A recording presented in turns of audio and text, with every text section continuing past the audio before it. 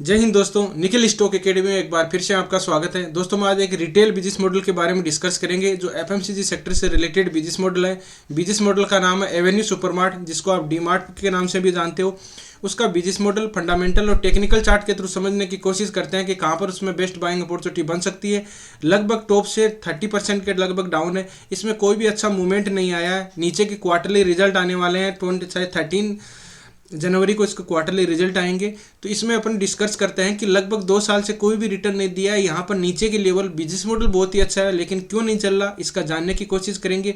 जो पहले से इन्वेस्ट है उनको क्या करना चाहिए, इसमें और नीचे करेक्शन कितने का आ सकती है, या ब्रेकआउट करता है तो कौन सा रेजिस्टेंस है उसको ब्रेकआउट करने में एक अच्छा मूवमेंट आ सकता है। डिटेल से स्टेप बाय स्टेप समझने की कोशिश करते हैं। हैप्पीएस्ट माइंड क्यों नहीं चल रहा, अरविंदो फार्मा और जगदम्बा पॉलीमर के बारे में डिस्कस किया है। आप इन स्टॉक में पहले से इन्वेस्ट हो, फ्रेश बाइंग करना चाहते हो, कम्युलेट करना चाहते हो तो इन वीडियो को देख के डिसाइड कर सकते हो कि अपने को कब और किस तरह से बाइंग अपॉर्चुनिटी करनी चाहिए। अब चलते हैं दोस्तों इसके टेक्निकल चार्ट पे। ये एवेन्यू सुपरमार्ट का वीकली टाइम फ्रेम का चार्ट है। सबसे पहले दोस्तों हम ऐसे बिजनेस मॉडल के बारे में डिस्कस करते हैं जो एक मेजर सपोर्ट के पास में हो, लगभग 2-3 साल से कोई भी अच्छा मूवमेंट नहीं आया हो, आने वाला हो सकता है। तो इससे क्या कि अपने को एक अच्छा रिटर्न मिले। कभी भी कोई भी स्टॉक होता है तो उसको अपने को टॉप में बाय नहीं करेंगे। टॉप में अपने को जहाँ यहाँ पर होता है तो अपने को बात किसी वीडियो में हम डिस्कस नहीं करते कि जिसमें टॉप पर है उसको अगर बाय करना हो तो किन लेवल पे आने पर उसको बाय करने सकते हैं। जैसे कोई स्टॉक होता है तो उसमें मान लीजिए यहाँ पर आ गया तो उसको और उम्मीद रहती है, मतलब और भी इसका एक अच्छा रहता है कि इसमें और ऊपर तक जा सकता है। तो अपन टॉप पे बाय नहीं करेंगे। कहाँ किन लेवल पर आता है, मान लीजिए कोई ट्रेड लाइन या ट्रेंगल पैटर्न कोई भी ऐसे 200 मूविंग एवरेज, वहाँ पर आने पर एक अच्छी बाइंग अपॉर्चुनिटी। अब जैसे इसको बाय करना है, अगर मान लीजिए यहाँ पर ट्रेड कर रहा है 6000 के लगभग ट्रेड कर रहा है, तो हम इसको 6000 पे कभी भी नहीं करेंगे। हम करेंगे कि इन लेवल पे आए हो, ठीक है, 5000 या 4800 के लगभग आएगा तब उसमें बाइंग करेंगे। तो ऐसे बिजनेस मॉडल के बारे में डिस्कस करते हैं जो एक आने वाले समय में बहुत अच्छा रिटर्न दे सकते हैं। जैसे हमने कई भी पॉलीकैप के बारे में, कैपलिन पॉइंट लेबोरेटरीज के बारे में और भी बहुत से स्टॉक में डिस्कस किया था। जैसे अभी क्लीन साइंस में बहुत अच्छा मूवमेंट आ सकता है, उसके बारे में डिस्कस, लोग 2 साल से उसका ट्रेंड चेंज नहीं हुआ है। हैप्पीएस्ट माइंड के बारे में डिस्कस किया था, उसमें भी अभी कोई बाइंग अपॉर्चुनिटी बनी नहीं, फिर भी लोग 2 साल से लिए हुए। तो दोस्तों अब अगर इसकी बात करें एवेन्यू सुपरमार्ट की, तो एक अगर मेरे को हम ट्रेंड की बात करते हैं, ठीक है, तो ट्रेंड की बात करें तो सबसे इंपॉर्टेंट देखो, एक टॉप ले लिया, एक बॉटम ले लिया, नीचे वाला top, lower top, lower top, lower top, lower top और लोअर बॉटम इस तरह से बन रहे हैं। तो अगर बाइंग अपॉर्चुनिटी सेफ इन्वेस्टमेंट करना चाहते हैं तो दोस्तों ये लेवल है, ये ध्यान से ले लिए, ये लेवल है, मतलब 40, देखिए मैं बता देता हूँ कौन सा लेवल है इसमें, 4200, ठीक है। 4200 को जब तक ब्रेकआउट नहीं करेगा तब तक दोस्तों इसमें कोई भी अच्छा मूवमेंट नहीं आ सकता किसी भी कंडीशन में, ठीक है। तो अपने को अगर सेफ इन्वेस्टमेंट करना है तो 4200 को ब्रेकआउट करे और पुल बैक पैटर्न आके फिर अच्छा मूवमेंट आए तब इसमें बाइंग करेंगे, तब तक नहीं हुआ। हाँ, ये कैपिटल हम दूसरी स्टॉक में लगा सकते हैं जिनमें अच्छा मूवमेंट आ सका। जैसे हमने कई भी, जैसे अरविंदो फार्मा है, लुपिन है, एक्साइड इंडस्ट्रीज है, और भी जैसे सन फार्मा है, ऐसे स्टॉक, आईटी सेक्टर के स्टॉक की बात करें तो विप्रो में हमने डिस्कस किया 385 के लगभग डिस्कस किया था, उसमें वहाँ से अभी देख लो 475 के लगभग ट्रेड कर रहा है।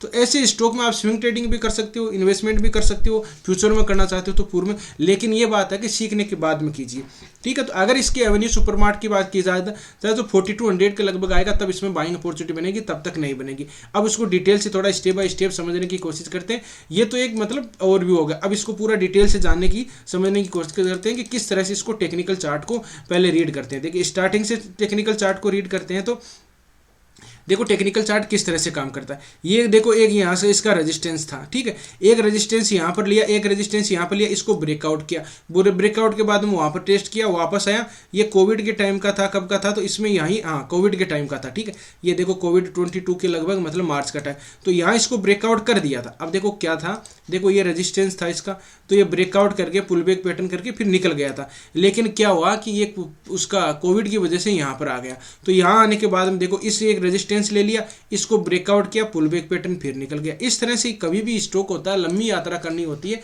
तो वो क्या है कि ब्रेकआउट करेगा, फिर इस तरह से कंसोलिडेट होगा, फिर ब्रेकआउट करेगा, फिर कंसोलिडेट होगा, फिर ब्रेकआउट करेगा। ये प्राइस एक्शन का बिहेवियर रहता है, जिस तरह से अलग अलग इंसान का बिहेवियर रहता है उसी तरह से।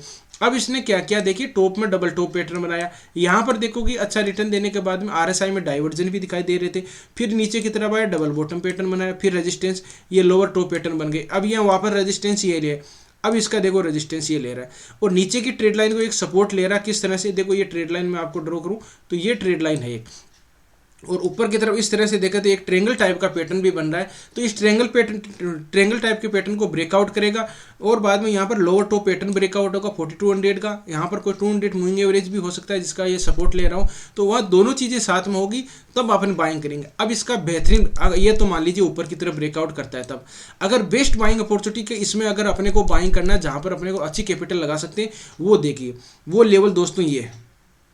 ये लेवल कितना है 3300 के लगभग। हमने पहले भी डिस्कस किया था एक बार कि ये 30 उस टाइम 32 या 3300 था। 3300 के लगभग आता है तब बाइंग करनी है, तब तक नहीं करनी है। जिसको अच्छा बाइंग अपॉर्चुनिटी जैसे मतलब कैपिटल को लगा सकते हैं। अदरवाइज ये लेवल है, इसको ऊपर अब इसमें रह सकता है तो इसमें दोस्तों कोई कुछ भी नहीं कर सकता। ठीक है, ये टाइम दो मतलब वीकली टाइम फ्रेम में दो लगभग देखो इस रेंज में फंसा हुआ है। इस रेंज में एक मतलब चैनल पैटर्न में और ट्रेंगल पैटर्न में फंसा हुआ है, तो उसका कुछ नहीं कर सकते। इसमें जब ब्रेकआउट होगा तब इस कैपिटल को दूसरे स्टॉक में जैसे ब्रेकआउट हो रहा हो, अच्छा अगर रिटर्न मिल रहा हो तो वहां पर डिप्लॉय कर सकते हैं। अब देखिए बाइंग टीआरसीपी और सेलिंग टीआरसीपी के बारे में डिस्कस करते हैं, किस तरह से रिवर्स करता है बाइंग टीआरसीपी और सेलिंग टीआरसीपी किस तरह से काम करती है उसको समझने की कोशिश करते हैं। देखिए दोस्तों यहाँ पर इसको एक कैंडलस्टिक पैटर्न होता है, इसको बोलते हैं dark cloud formation. Dark cloud formation बोलते हैं इसको। ठीक है, डार्क क्लाउड होता है जो मतलब ऊपर ये ग्रीन कैंडल है, ग्रीन कैंडल के ऊपर से मतलब ऊपर से आती है। ठीक, गैप अप ओपनिंग देखिए यहाँ क्लोज हो गई तो ओपन कहाँ हुई है, तो ये गैप अप ओपनिंग हो गई। इस तरह से पीरियड इसको 70-80% के लगभग या 50-60% के लगभग कवर करनी चाहिए। यहाँ पर देखो बुलिश हरामी पैटर्न बनाया, क्यों बनाया, यहाँ पर रुका क्यों है, यहाँ पर देखो मेजर सपोर्ट है ये। इस तरह से आप याद रखिए, जिस तरह से अपन मान लीजिए वैष्णो देवी यात्रा पर जाते हैं, वैष्णो देवी मान लीजिए छोड़ो, हमारे राजस्थान में एक सालासर बालाजी का मंदिर है। ठीक है, तो हम क्या करते हैं पैदल यात्रा पर जाते हैं, 75 किलोमीटर की वो यात्रा होती है। ठीक है, तो 75 किलोमीटर की यात्रा होती है तो क्या करते हैं हम इस तरह से मतलब कि वो 75 किलोमीटर जाते हैं। तो ये मान के चलो ये तो है ना कि हम इस तरह से चले जाते हैं। हम क्या करते हैं जैसे मतलब ये इस तरह से है तो हम क्या करते हैं मान लीजिए 75 एक एग्जांपल लेके उसको चीज़ें समझिए, ये ऊपर की तरफ होता है तो किस तरह से मान लीजिए तो हम जाएंगे 10 किलोमीटर 15 किलोमीटर बाद में रुक जाएंगे, फिर बाद में जाएंगे, फिर 15-20 किलोमीटर रुक जाएंगे, फिर जाएंगे, इस तरह से 2-3 बार रुकेंगे। तो हमारी साइकोलॉजी इस तरह से काम करती है, इंसान की साइकोलॉजी इस तरह से काम करती है, यहाँ पर रुके, यहाँ पर रुके, यहाँ पर रुके, तो वापस आएंगे ना। तो हमारा मतलब कि मान लीजिए हम जाते समय पैदल आ रहे हैं फिर बाद में गाड़ी से आ रहे हैं तो वो अलग चीज़ है। लेकिन अगर हमें वापस भी पैदल आना होगा तो क्या करेंगे, हम वापस आएंगे तो यहाँ आने का हमें मन करेगा रुकने का, यहाँ अपना मन करता है। या मन नहीं किया तो अपने को समझ लीजिए किस गाड़ी से आ रहे हैं तो अपने दिमाग में तुरंत बैठ जाते हैं, ये दिमाग में क्या हम तो यहाँ पर बैठ के खाना खाया था जाते समय, इस तरह से वापस आया तो तभी याद रहता है। इसी तरह से स्टॉक मार्केट में जाते समय ये रेजिस्टेंस थे, वापस आते समय ये सपोर्ट के काम करेंगे। इस तरह से आप जैसे दूसरा एग्जांपल ये वैष्णो देवी का मंदिर है, तो वैष्णो देवी अपनी यात्रा पर जाते हैं तो यहाँ से जाते हैं तो 9 किलोमीटर की यात्रा है, 9 किलोमीटर की यात्रा है तो हम क्या करें इस तरह से जाएंगे। तो जैसे बीच में अर्धकुंवारी है तो अर्धकुंवारी में हर बंदा जो आता है वो रुकता ही है। ठीक है, तो फिर वापस जाके ऊपर बाद में वैष्णो देवी जाके ऊपर भैरू जी का मंदिर है वहाँ जाके फिर वापस आते हैं। तो क्या करेंगे दोस्तों, हमारा देखो वापस जाते आप वापस आते हैं, जाते समय तो रुक गए जहाँ जहाँ रुके, अपने को पता जहाँ समझ लिए 20 मिनट रुके आया 1 घंटा रुके तो अर्धकुंवारी में अपने को पता चल जाएगा भाई यहाँ पर हम ज़्यादा देर तक रुके थे। तो वापस आते समय भी हमारा मन करेगा या फिर बाद में अपने आप ही ऑटोमेटिक बैठ जाएंगे, अपने को कहे यहाँ पर तो हम जाते समय आधा घंटा रुके थे तो हम ज़्यादा घंटा रुके 15-20 मिनट रुकते जरूर है। इसी तरह से वापस समय जाते समय भी स्टॉक का बिहेवियर रहता है कि वो एक रेजिस्टेंस थे जहाँ जहाँ रुके थे तो वापस आते हुए सपोर्ट का काम करेंगे। वो ही देख लीजिए इसमें देखो किस तरह से काम करते हैं। अगर देखिए यहाँ पर जिस तरह से ये रेजिस्टेंस थे, ये रेजिस्टेंस थे, ये रेजिस्टेंस थे, यहाँ रेजिस्टेंस थे, तो अब देखो किस तरह से काम कर रहे हैं। यहाँ पर आए नीचे आया तो वापस आया तो सपोर्ट किसका लिया, एक रेजिस्टेंस था तो सपोर्ट लिया, फिर वापस देखो इस तरह से ये रेजिस्टेंस ले लिया, या नीचे आया फिर सपोर्ट लिया। ये छोटे छोटे अब देखो छोटे टाइम देखोगे तो ये देखो रुका है तो ये एक रेजिस्टेंस था तो ये रेजिस्टेंस मिल जाएगा। तो इस तरह से ये बिहेवियर रहता है, इंसान का बिहेवियर रहता है उसी तरह से, क्योंकि इंसान शेयर मार्केट में काम करने वाले सभी इंसान होते हैं। अब इसका बात करें थोड़ा सा दोस्तों फंडामेंटल देख लें कि फंडामेंटल किस तरह से काम कर रहा है। देखिए इसका मार्केट कैप है 2,51,411 करोड़ का मार्केट कैप है। करंट प्राइस की बात करें तो 3864 करोड़ 3864 प्राइस चल रही है करंट प्राइस।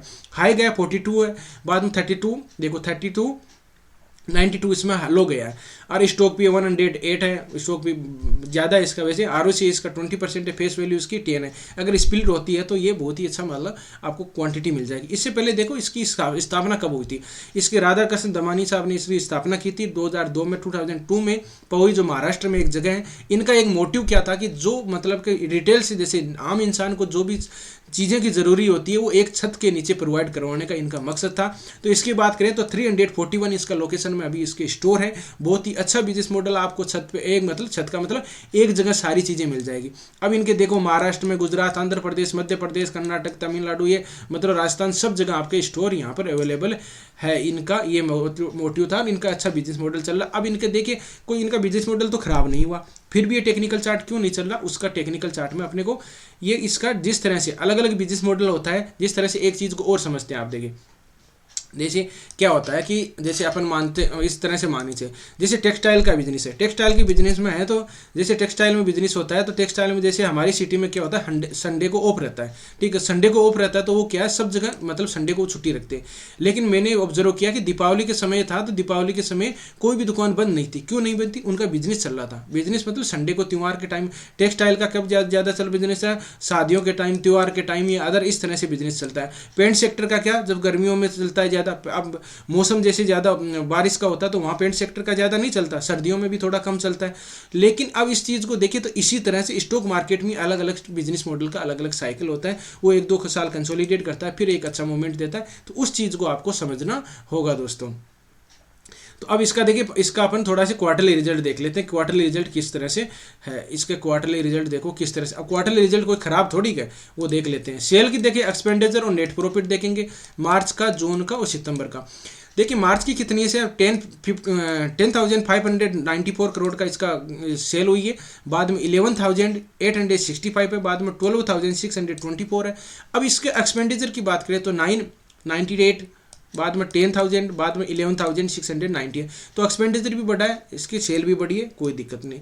नेट प्रॉफिट देख लेते हैं। नेट प्रॉफिट अब देखो इसमें, अब एक चीज़ और देखिए इसमें क्या हो रखा है, एक्सपेंडिचर देखो तो एक्सपेंडिचर भी बढ़ा है, ऑपरेटिंग प्रॉफिट इसमें कम क्यों? अब इसमें देखिए खर्चा ज़्यादा बढ़ गया इसका, देखिए 11,619, और इसका देखो इसमें यहाँ ऑपरेटिंग प्रॉफिट में भी कमी आ गई है।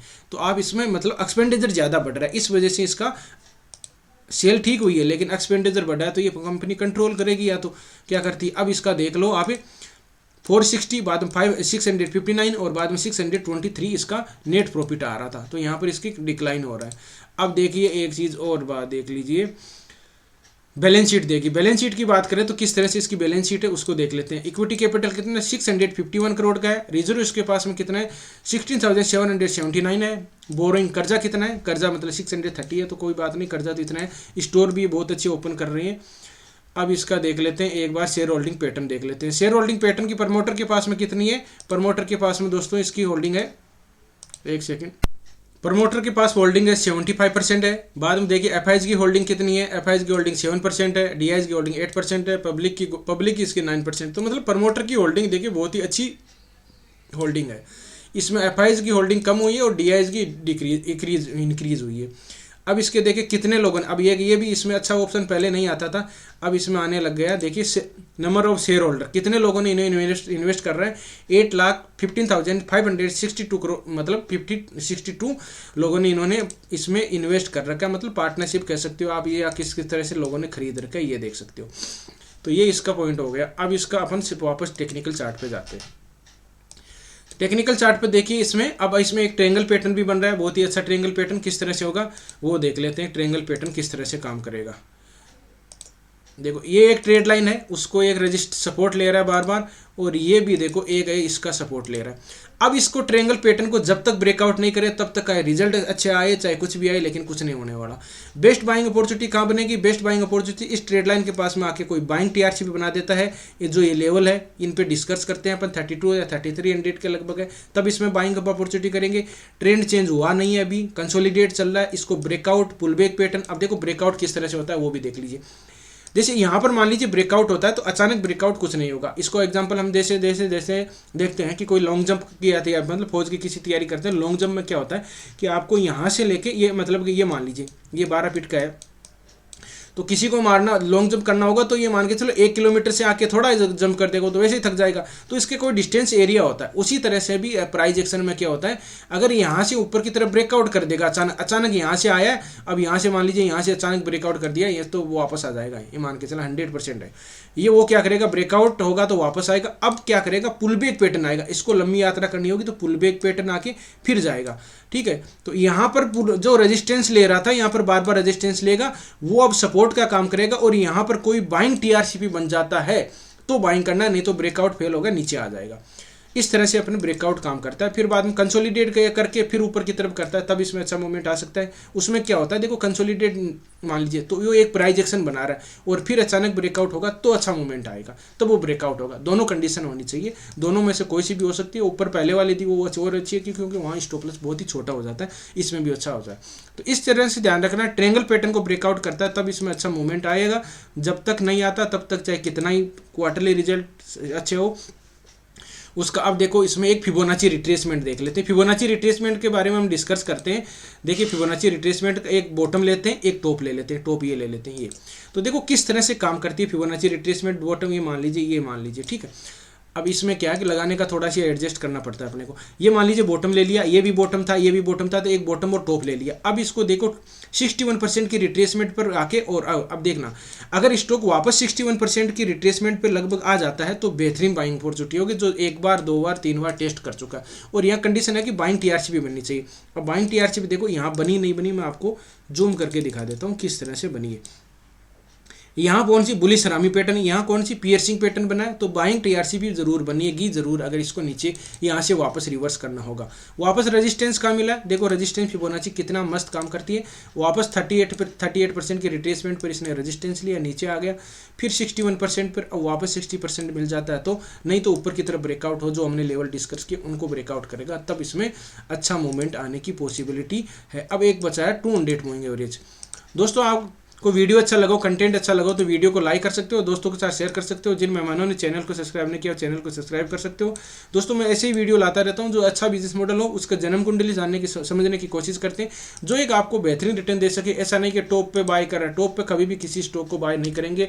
अच्छी रैली चली जाएगी, 7000 के लगभग स्टॉक है मार्केट में, तो हम दूसरे स्टॉक। अब देखो वो दो तीन चीज़ें हो रही है, यहाँ पर 200 मूविंग एवरेज भी आ रहा है, उसका भी सपोर्ट ले सकता है, और बाद में फिबोनाची रिट्रेसमेंट आ रहे हैं, जहाँ पर लोअर पैटर्न जो यदि यहाँ पर रेजिस्टेंस था वो सपोर्ट का काम करेंगे, वो भी लेवल आ रहे हैं, तो वहाँ पर बाइंग कर सकते हैं। अगर आप डेली टाइम फ्रेम देखें तो डेली टाइम फ्रेम में किस तरह से काम कर रही है, डेली टाइम फ्रेम में देखो ये भी है, इसका 200 मूविंग एवरेज का ज़्यादा रिस्पेक्ट नहीं कर रही है इसमें, है ना। तो ये क्योंकि साइडवेज हो गया, कंसोलिडेट हो गया, ट्रायंगल पैटर्न बन रहा है, तो इसका डेली टाइम फ्रेम में कोई अच्छा काम नहीं कर रहा है। इस चीज़ को आप ध्यान रखना।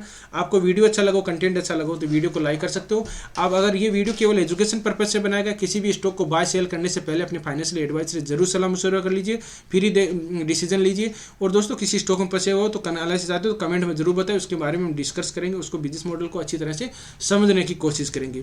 तो वीडियो देखने के लिए बहुत बहुत धन्यवाद। मिलते हैं नेक्स्ट वीडियो में, तब तक के लिए दोस्तों बाय बाय। जय हिंद, जय भारत,